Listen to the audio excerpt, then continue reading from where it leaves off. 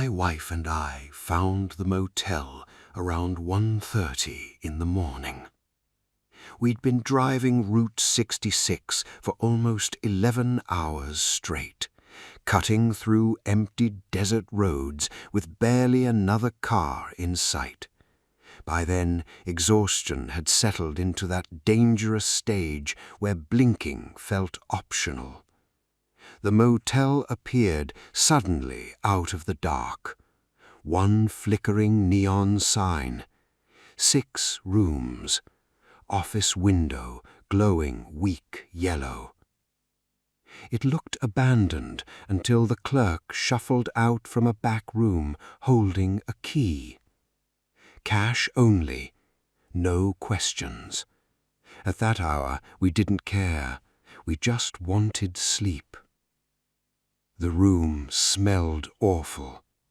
Not strong enough to immediately alarm us, just wrong. A thick chemical scent of cheap pine cleaner soaked into the air so heavily it burned the back of my throat. My wife wrinkled her nose immediately. "Jesus," she muttered, "did they pour a whole bottle in here?" I laughed tiredly, probably covering cigarette smoke. The room itself looked normal enough. Old carpet, faded curtains, a rattling air conditioner mounted beneath the window. The bed sagged badly in the center. I should have noticed that too, but exhaustion makes you ignore things. We showered quickly and collapsed into bed around 2 a.m. I fell asleep almost instantly. The sound woke me. Soft at first. A dull thump.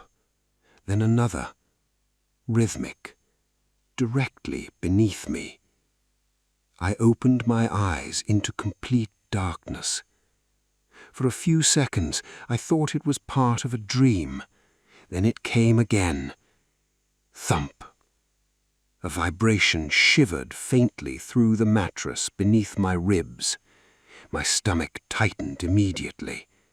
I listened harder. Nothing.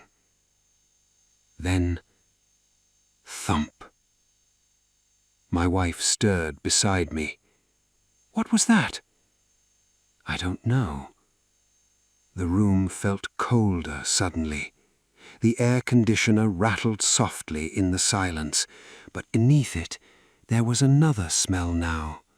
The pine cleaner wasn't hiding it anymore.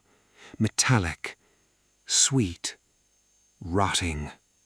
The kind of smell that sticks to the back of your tongue. I sat up slowly. The mattress creaked underneath me, and from beneath the bed, something shifted. Not loudly, just enough to make the box spring groan faintly.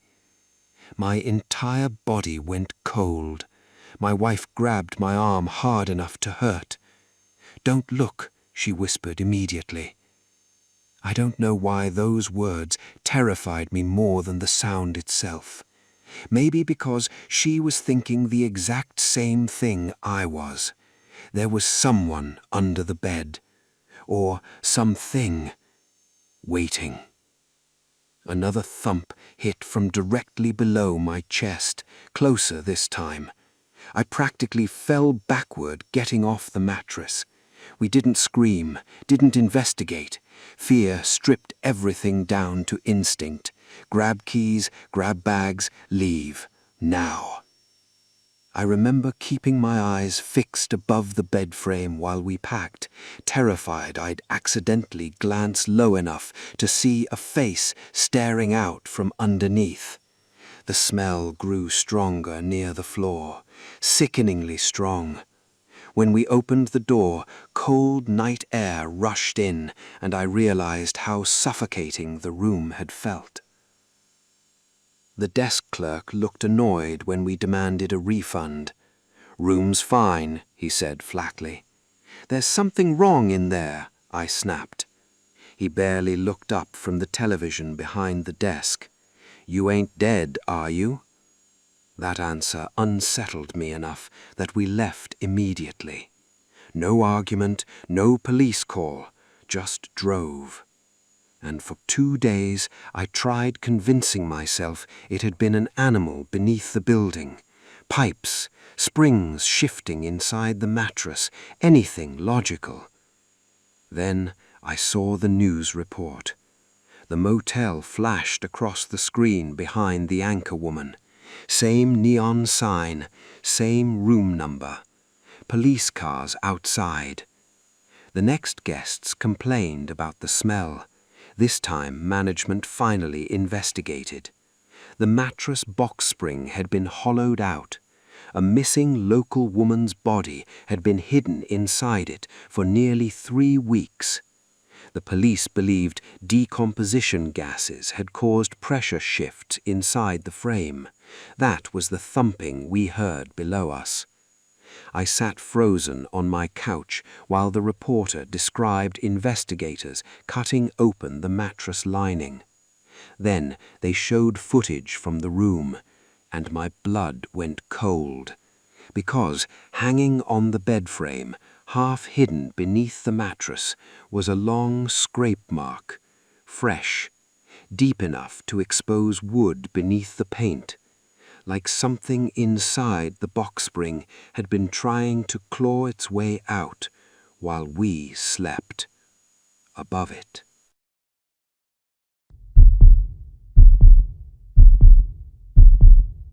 I checked into the motel because my car couldn't handle another mile of mountain roads. Rain hammered the windshield the entire drive through the Pacific Northwest, turning the highways into black rivers beneath the headlights. By the time I spotted the vacancy sign, exhaustion had settled behind my eyes like sandpaper. The motel looked frozen in the 1970s. Wood-paneled walls, faded floral curtains, a humming ice machine outside room 8. The clerk barely looked up from his television while handing me a brass key attached to a cracked plastic tag. No ID, cash only. I should have left then. Instead, I carried my suitcase into room 14 and locked the door behind me. The room smelled damp. Not mold exactly, old rainwater and industrial cleaner. The furniture had that sticky, over-polished shine cheap motels always have. A television buzzed softly in the corner even when powered off. But the strangest thing was the bathroom mirror. It stretched nearly wall to wall above the sink, much larger than necessary. Heavy-duty industrial screws held it tightly against the wall at every corner. Not decorative screws, hardware store screws, the kind used to secure machinery. At first I ignored it, until I touched it. The glass felt warm. Not room temperature, warm like skin. A knot formed slowly in my stomach. I pressed my hand against it longer. Definitely warm and faintly vibrating. That was enough to keep me awake. Around midnight, while brushing my teeth, I finally took out the small pocket knife I carried for work and tested one of the screws. It loosened immediately. Too easily, almost like someone removed it regularly. My pulse quickened. I unscrewed the top corner slowly, careful not to make noise. Then another. The mirror shifted slightly outward from the wall with a soft creak. Behind it, darkness. Not drywall, not insulation, empty space. Cold air drifted through the opening, carrying a smell of dust and stale cigarettes. Every muscle in my body tightened. I slid the knife carefully behind the edge of the glass and pried it outward another inch. Then I looked through. At first, I couldn't understand what I was seeing. A narrow corridor stretched behind the wall, long enough to run behind every room in the motel. Concrete floor, exposed pipes overhead, pitch black except for faint emergency lighting farther down the passage, and directly behind my mirror, a folding chair, occupied. For one horrifying second, I thought someone was sitting there watching me. But it wasn't a person, it was worse. A tripod-mounted video camera pointed directly through the back of the mirror toward my bed. Red recording light glowing softly. My mouth went completely dry. I stared harder into the darkness beyond it. That's when I noticed there were more cameras farther down the corridor, one behind every room, tiny red lights blinking silently in the dark, watching, recording. My hands started trembling so badly the mirror nearly slipped from my grip. Then something moved deeper in the corridor. Footsteps, slow, approaching. I froze instantly. The footsteps echoed softly through the hidden hallway behind the walls, not hurried, casual, like someone making rounds. A flashlight beam flickered briefly on the concrete floor in the distance, coming closer. I grabbed my keys, wallet, and suitcase without bothering to zip it closed. The room suddenly felt contaminated, like every second I'd spent there had happened under someone else's eyes. As I reached the door, I glanced once more toward the mirror and saw something that still wakes me up at night. A shadow moved behind the glass, standing directly on the other side, close enough that I could faintly make out the outline of a face pressed near the hidden opening behind the mirror, watching me leave. I ran, didn't stop until I reached a gas station nearly 10 miles down the highway. That's where I called the police. They searched the motel before dawn, found the hidden corridor exactly where I described, found the cameras too. But according to the report later released to the press, no videotapes were ever recovered. No motel employees could be located. And by the time investigators returned with a warrant 2 days later, the entire motel had been abandoned. Rooms empty, office cleared out, every mirror removed from the walls, except mine. Mine was still there, bolted shut again, warm to the touch.